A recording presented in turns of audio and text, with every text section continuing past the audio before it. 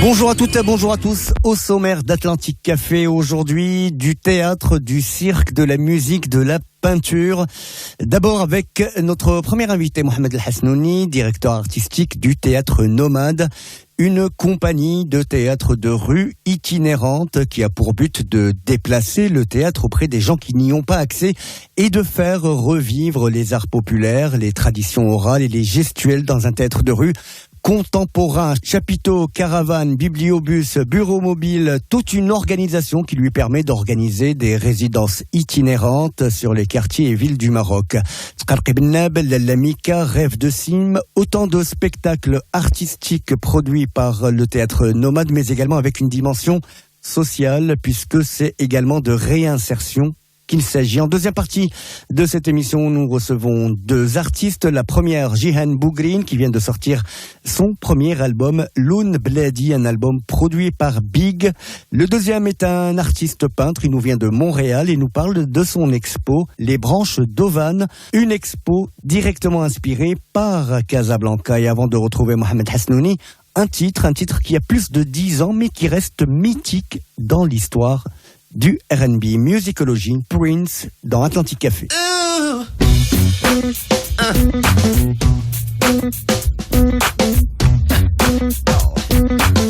Funky. Heard about party now, just east of Harlem.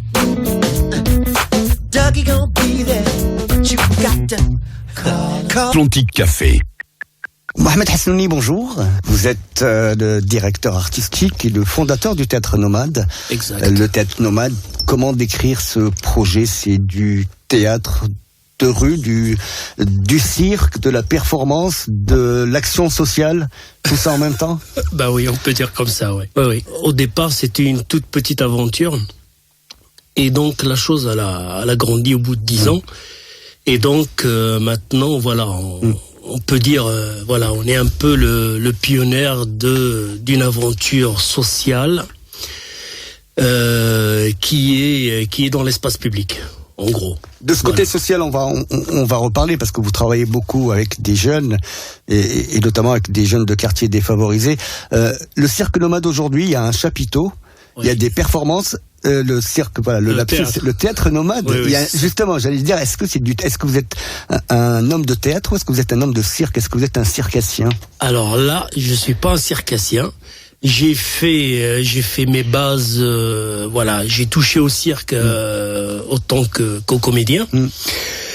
Parce que je viens d'une école où il fallait être acrobate, toucher à l'escrime, toucher aux arts martiaux. Bon voilà, la palette, elle était vague parce que bon voilà, je suis un peu, à force de me frotter à d'autres personnes et à être avec des maîtres, voilà, un peu partout du monde. Bon, j'ai acquéri ça, mais je ne peux pas prétendre que je suis un circassien. Je suis un homme de théâtre. Et vous faites du théâtre, il y a du cirque dedans, on peut pas dire que c'est pas du cirque. Alors, j'ai toujours utilisé en fait le cirque comme agrès. Voilà, dans le jargon du métier, on dit agrès. Parce que voilà, moi je suis de l'école de la physicalité du théâtre. Donc voilà, c'est ma route. Donc quand il y a besoin, bon, maintenant c'est par nécessité. Donc je mélange tous ces choses que j'ai appris à faire à mesure, mais bon, ça reste du théâtre. D'accord, je suis pas un circassien. On l'aura compris. mais j'utilise le chapiteau cirque. Oui, le chapiteau cirque, mais aussi l'espace public, des fois hors chapiteau, parce que vous avez aussi fait des performances à l'extérieur. Si on parle de vos spectacles, que ce soit l'Amika, Sqarqibnab, il y en a d'autres. Oui. Cette expression dans la rue, quand vous avez commencé, il y a en 2006, exact, c'était quasiment pas possible. En tout cas, on n'en voyait pas. À part dans la halqa ou dans les choses beaucoup plus traditionnelles. Oui. On peut pas dire qu'elle était impossible. Bon, je vais pas m'étaler là-dessus, mais en gros, elle était possible à un moment donné, mais je crois qu'elle a eu un espèce de recul. À cause de certaines personnes qui ont fait rentrer le théâtre, c'est-à-dire la forme théâtrale marocaine, entre les murs. Voilà. Donc voilà. Et donc, moi, je me suis aperçu de ça et je me suis dit, tiens, voilà, étant donné que je faisais ça à l'extérieur du pays, mais bon, je faisais en fait du théâtre itinérant. Un théâtre itinérant, en gros, c'est quoi? C'est carrément une pièce à part entière, comme du Faust, comme voilà, un peu des trucs classiques, voilà, qu'on rendait populaire. Le fait de le rendre populaire, ça veut dire qu'on rajoutait des agrès, voilà, du cirque. Notre spécialité, en fait, c'est le masque et la marionnette. Et donc, on mélangeait tout ça pour que l'histoire, elle devient accessible. C'est ça, rendre accessible ce théâtre et surtout rendre accessible intellectuellement mais aussi géographiquement, parce que vous avez bougé. Oui, on a bougé à l'intérieur du territoire marocain. Bon, on peut pas dire qu'on a fait Tanger Guerat, pas encore. Non, oui. Non, on a été sollicité. Vous avez été quand même à Missour, à des endroits très reculés. Très reculés. Oui. On l'a fait par à-coup. En fait, c'est pas le chapiteau qui se déplaçait, parce que c'est une lourde structure. Il faut une journée de démontage, une journée de montage, le camion et tout ça. Donc, qu'est-ce qu'on a fait? On a en fait joué sur les deux tableaux. On peut dire comme ça, jouer. Donc, il y a des moments où on est sollicité pour faire des méga parades. Voilà. Alors, la parade elle-même, ce sont ou bien des agrès de cirque qui circulent dans l'espace public, ou bien, quelquefois, on est demandé à venir avec une pièce comme par exemple Tkharq Ibn Nab qui a été vendue une 50aine de fois. Donc c'est un lieu public qui vient et on s'installe et celui qui accueille, bon, il met des gradins, il met des chaises et tout ça et on joue dehors. Donc ça c'est la spécialité du théâtre nomade. Voilà. Quand on parle de théâtre nomade, vous vous retrouvez dans l'esprit troubadour qu'il y avait peut-être en Europe ou alors dans le théâtre indien ou toutes ces écoles là qui font du nomadisme un mode de vie. Oui. Est-ce que c'est en vous quelque part? Je suis pas né gitan, à vrai dire. Voilà. Moi, je suis d'une famille très classique. Voilà. J'ai en fait à ma sortie d'école Charles Dullin, moi c'est ce que je raconte tout le temps. J'étais en 2e année et la 3e année, étant donné qu'on était tous en travail ensemble, j'ai participé dans le temps à la fameuse histoire de l'Istrada. Donc à la fin de l'année, on a monté l'Istrada et donc et la 3e année, on a décidé ensemble de créer dans le temps années 83 à Paris, on a monté le fameux théâtre Palissade. Et de là, malgré moi, je suis parti sur les routes. Oui. Voilà. Donc, une petite camionnette, la caravane derrière, blabla et tout ça. Des choses qui vous ont ramené au Maroc où vous revenez 2006. Finalement en 2006. Ouais. Au Maroc avec l'idée de créer le théâtre nomade? Mais alors pas du tout. Non, pas du tout. Non. L'histoire, je vais vous la raconter quand même parce que elle vaut le détour. En fait, 96-2006, en fait, j'ai eu la chance, je le répète encore, de faire partie d'une grosse compagnie allemande qui s'appelle le Ton und Kirchen. Voilà. C'est en Allemagne, c'est dans la banlieue de Berlin. Voilà. Le Tonnenkirchen, c'était du théâtre, du Wandertheater. C'est-à-dire le Wandertheater, c'est du théâtre itinérant. Okay. En gros, on reste dans l'école. Dans l'école la mienne, d'accord. Donc monter un spectacle pendant 3 mois sur un lieu fixe et à partir parce qu'en Allemagne il fait froid, donc on prenait les routes. Fin mai, ça veut dire juin, juillet, août, septembre et quelquefois on pensait jusqu'à octobre, on était sur les routes. Donc toute une organisation, ça c'est au sein de l'Europe. Ok. Et de temps en temps, voilà, ça brillait et donc on prenait ailleurs. Donc ailleurs, voilà, quelquefois on était en Inde, quelquefois on était en Colombie, quelquefois en Corée, voilà. Il y a que le regret que je regrette, c'est l'Australie. C'est l'Australie, j'ai jamais foutu les pieds. Bon bref, voilà. 2005, un trou énorme de programmation, on n'a pas réussi. Ça arrive. Donc ça arrive à toutes les compagnies du monde. Donc il y a eu pratiquement un mois et on s'est dit bon attends, ça fait longtemps qu'on n'a pas été au Maroc, moi et ma femme, et donc on a dit allez tiens, ça serait même chandar shit bhira في البلاد. Atlantique. Évidemment. Donc on vient, prend l'avion, Berlin, je sais plus, Rabat ou je sais pas quoi encore. Et donc je rencontre un ami, Si Mohamed Laloui, qui est un peintre sur Salé. Si Mohamed, qu'est-ce que tu fais? Je lui dis écoute, j'ai 3 semaines de vacances. Il me dit ça c'est super. tu viens faire un truc dans mon quartier, à la Yaïda. Un quartier très populaire, en périphérie de Salé. Donc, qu'est-ce qu'on fait? On organise ce qu'on appelle des petits ateliers. Masque, marionnette, dance, machin, tout ça. Et lui, il faisait de la peinture, ça s'est tout mélangé. Et j'ai dit, bon, écoute, à la fin, c'est venu, on va faire un petit spectacle comme ça de rue. Voilà, il y avait, bon, j'étais encore dans mon côté allemand écolo et tout, quand on a dit là, donc on a dit allez aux gamins, on va balayer, blabla et tout ça.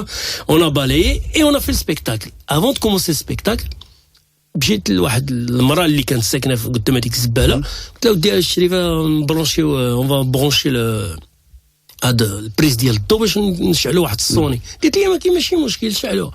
دونك قدينا المسائل لعبنا بدا الليل كيطيح يمدي فوالا اكسكوز موا محمد راه يفو كون بارت لا الليل راه الكارتي ان بو لا نوي با دونجرو مي بون الكارتي il est voilà شعبي voilà.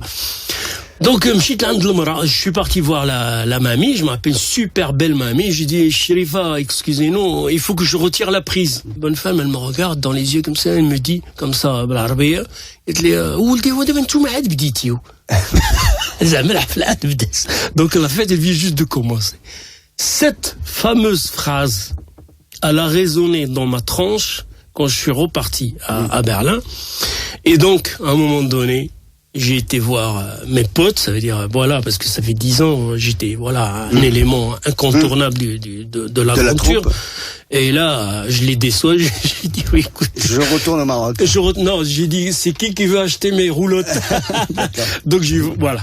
Et je suis revenu. Retour au Maroc, l'aventure, donc, commence en 2006. Alors. Petite. Très petite, très très petite. J'avais dans le temps nommé ça Action culturelle itinérante. Donc c'était quoi?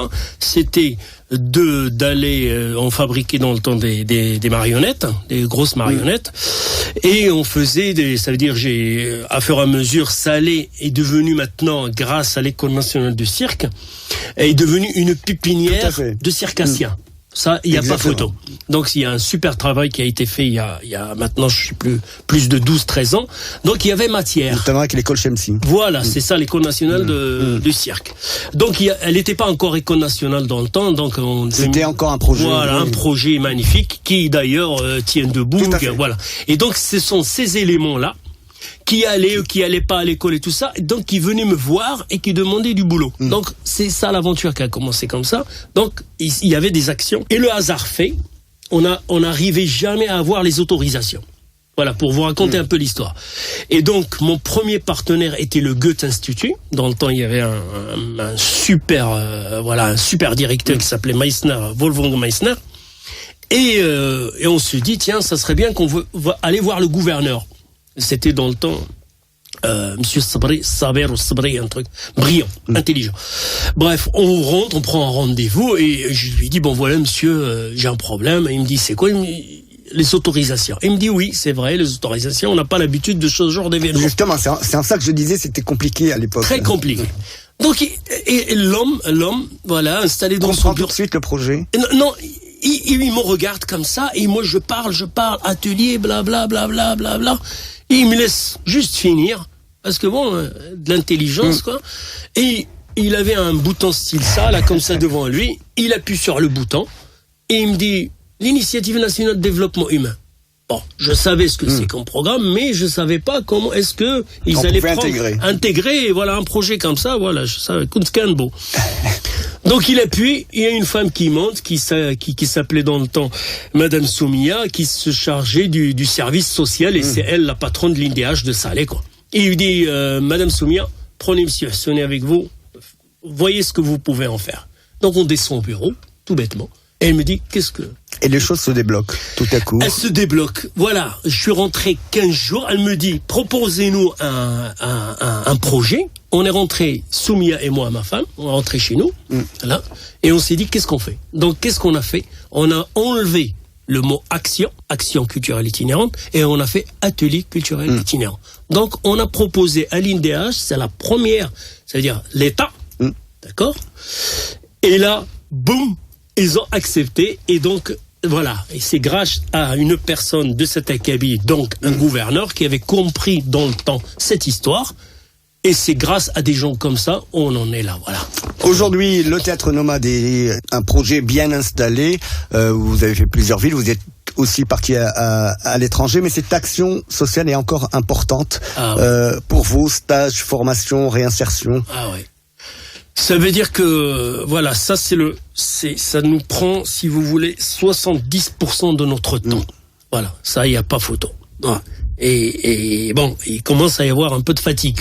Non, sérieux, je le dis.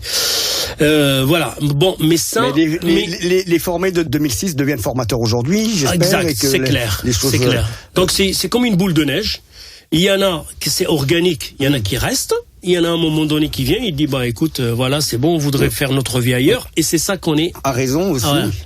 Et c'est ça qu'on s'est aperçu qu'on est en train de faire notre propre infrastructure, parce que l'infrastructure de ce domaine-là, elle n'y est pas. Donc voilà, elle s'est fait elle-même, on n'en a même pas pensé. Elle s'est construite. De toute façon, aujourd'hui, vous êtes en résidence à Casablanca aux abattoirs. Oui. Qu'est-ce que vous proposez?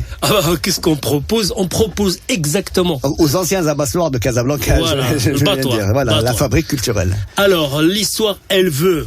Voilà, elle est claire. On a été sollicité pour venir à Karien le Menza, si du moment.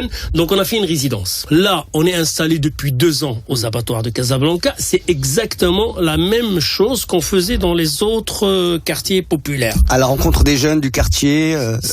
Alors maintenant, le problème qui s'est posé, c'est plus que Hayy Mohammadi, c'est maintenant les jeunes, ils viennent de très très loin et on ne sait plus quoi donner de la tête. Donc, par exemple, la saison dernière... Victime du succès. On se réveille le matin quand le Baballah me juge Kamlin. Ok. Non, c'est une affaire qui tourne. Ça, c'est clair et net. La seule chose, si vous voulez, qu'on a rajouté dans ce qu'on faisait avant, bon, ce sont des ateliers. Alors bon, mais il y a des jeunes qui ont intégré, des jeunes de Hayy Mohammadi qui ont intégré. Donc la preuve, l'équipe, par exemple le 18, on a fait la première de l'os. Donc dans cette équipe d'une 20aine de personnes, il y avait des jeunes de Hayy Mohammadi. Ok. Les choses qu'on a rajoutées, voilà. Étant donné qu'on est bien installé, avant on n'arrivait pas à monter le chapiteau avec 4 mâts. Maintenant, c'est 4 mâts. 4 mâts, oui. 4 mâts, donc qui fait 1000 mètres carrés, un gradin qui peut monter jusqu'à 560 places. On a enlevé 100 places pour la sécurité. Par mesure de sécurité, bien évidemment. Et maintenant, on fait ce qu'on appelle une programmation.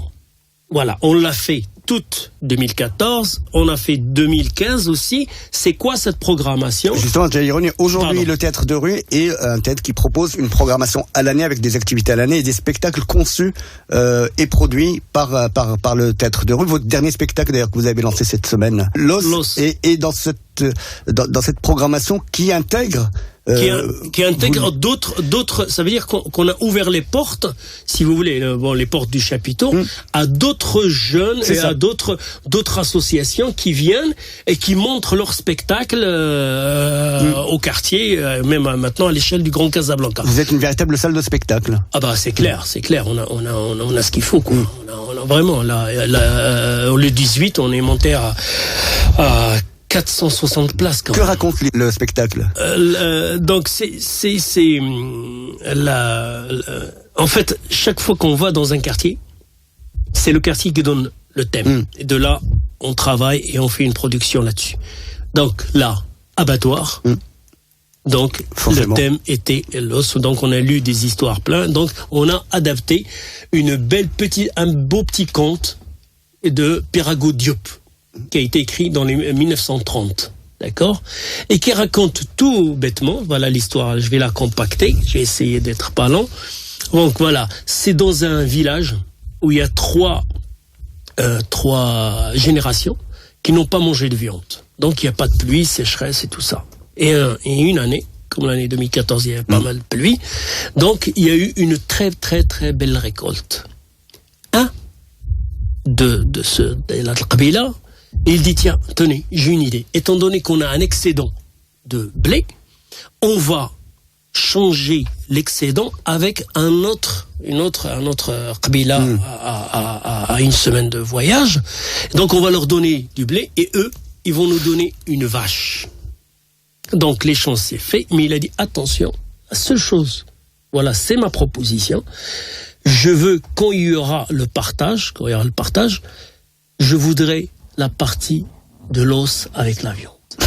Voilà. Et il la prend. Donc le partage se fait, blablabla. Et à un moment donné, il prend ce fameux petit morceau de viande qu'il a eu dans sa part, et il rentre avec sa femme qui s'appelle Yetan. Il rentre, et pour la cuisiner tranquillement, qui mange tête à tête en amoureux. Et à un moment donné, la porte elle frappe, c'est son ami d'enfance qui a fait tous les 400 coups avec lui, et qui vient et qui se tape l'incruste. Le mec, il veut pas partir. Et l'autre, il lui dit, à sa femme, écoute, s'il veut pas partir, je vais tomber malade. Ah, il dit, je vais tomber mort. Ah, Et donc, l'homme, il se donne la mort jusqu'à la fin. Pour préserver un morceau de viande. Pour préserver. L'histoire, elle veut, c'est l'histoire qu'on a adaptée. L'histoire, elle veut, c'est qu'on lui, il va jusqu'au bout de ça. Il se donne vraiment la mort, donc on le prend, on l'enterre et tout ça. Et après, l'os, c'est qui le prend? C'est l'invité. C'est son ami d'enfance. Et le pire, c'est qu'il se marie avec sa femme. Et oui, voilà. Morale de l'histoire. Oui, voilà. Il faut pas se fâcher pour un bout de viande. Moi, je le défends, cet homme. Bon, avant, je disais le contraire. Voilà, par rapport au partage et tout ça. Mais quand même, l'homme, il avait envie de manger son morceau de viande avec son amoureuse. Évidemment, Voilà. C'est compréhensible. Voilà, donc nous, on en a fait une version avec du cirque et des marionnettes, voilà, c'est ça. L'os, un spectacle qui dure jusqu'à quand? Il dure pas. Alors, ça, j'aimerais bien, j'en profite de l'antenne. Voilà. Je suis désolé de faire un petit... Allez-y. Voilà. Voilà, vous m'avez dit les abattoirs. Les abattoirs, c'est super, on est super bien accueillis, tout va bien. On a juste une petite lacune. Pour le moment, on est ce qu'on appelle dans un brouillard agréable, d'accord? C'est pas mal, c'est bien. Mais on est à la recherche, voilà, parce que jusqu'à maintenant, on n'a pas le droit de faire une billetterie. On fait des ateliers gratuits, tout ça. Bon, les choses, elles se font. Maintenant, il y a eu un vote, la commune, elle a changé, tout ça. Donc maintenant, on commence à avoir des interlocuteurs pour arriver. Sinon, ça va être la faillite totale. Il faut absolument que le théâtre nomade arrive à avoir des activités lucratives, voilà, où, quand il y a les spectacles, les nôtres ou d'autres personnes, qui a une billetterie. Ce qui est tout à fait normal. Ce qui est tout à fait normal pour que l'artiste puisse vivre et pour que le projet puisse continuer. Voilà, c'est un appel. Voilà, pour les gens concernés qui écoutent cette magnifique radio atlantique. Un bon entendeur, salut. Mohamed Hassouni, merci beaucoup d'avoir été notre invité. À très bientôt. Ciao. Atlantique Café.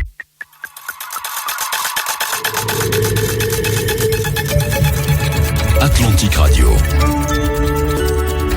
Il est 19h30. Toute l'actualité, Rachid Nahli.